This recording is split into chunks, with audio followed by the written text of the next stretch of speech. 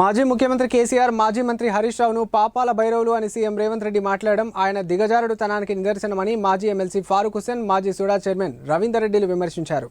రైతు రుణమాఫీ విషయంలో మాజీ మంత్రి హరీష్ రావు రాజీనామా లెటర్తో గన్ పార్క్కు వస్తే సీఎం రేవంత్ తోకముడిచారని అన్నారు. సిద్దిపేట జిల్లా కేంద్రంలోని ఎమ్మెల్యే మాజీ మంత్రి హరీష్ రావు నివాసంలో ఏర్పాటు చేసిన మీడియా సమావేశంలో రవీందర్ రెడ్డి ఫారూక్ హుస్సేన్లు మాట్లాడారు. సిద్దిపేట ఉద్యమాల గడ్డ 14 ఏళ్లు ఉద్యమం చేసి 10 ఏళ్లు అధికారంలో ఉన్న ప్రజల ఆకాంక్షలకు అనుగుణంగా మాజీ సీఎం కేసీఆర్ మాజీ మంత్రి హరీష్ రావులు పనిచేశారని తెలిపారు.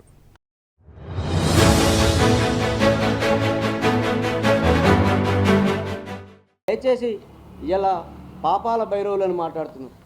పాపాల భైరవులైతే రాష్ట్రంలో ఎప్పుడు ఎన్నికలు పెట్టినా నెంబర్ 1 ఎందుకు వస్తున్నాయి? ఓట్లు ప్రజలు వేస్తుర్రా, రేవంత్ రెడ్డి వేపిస్తున్నా? ఓట్లు వేసిన ప్రజలు చెప్తున్నారు, రిజల్ట్ చెప్తున్నది. ఎవరు పనులు, ఎవరు పాపాల భైరవులు, ఎవరు కాల భైరవులు. మీరు పాపాల భైరవులు.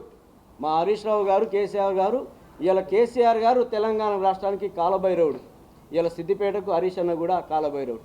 మీ పాపాల భైరవుల ఉచ్చులో చిక్కుకోనియ కోసం ఇలా రాష్ట్రంలో కేసీఆర్ గారు, ఇక్కడ సిద్దిపేటలో హరీష్ అన్న కాలభైరవుల్లా ఉంటున్నారు. నీ చరిత్ర నువ్వే చెప్పుకొని పోయినావు. ఎట్టి పరిస్థితులలో నువ్వు ఒక జోకర్ అనే విషయాన్ని దేశంలో ఉన్న అందరూ గుర్తించినారు. నీకు ఓట్ల రూపకంలో తప్పకుండా బుద్ధి చెప్పి సిద్దిపేట అంటే ఏందో మరోసారి నిరూపించుకోవడానికి కోసం ప్రజలకు నువ్వు కొల్పడానికి వచ్చినావు.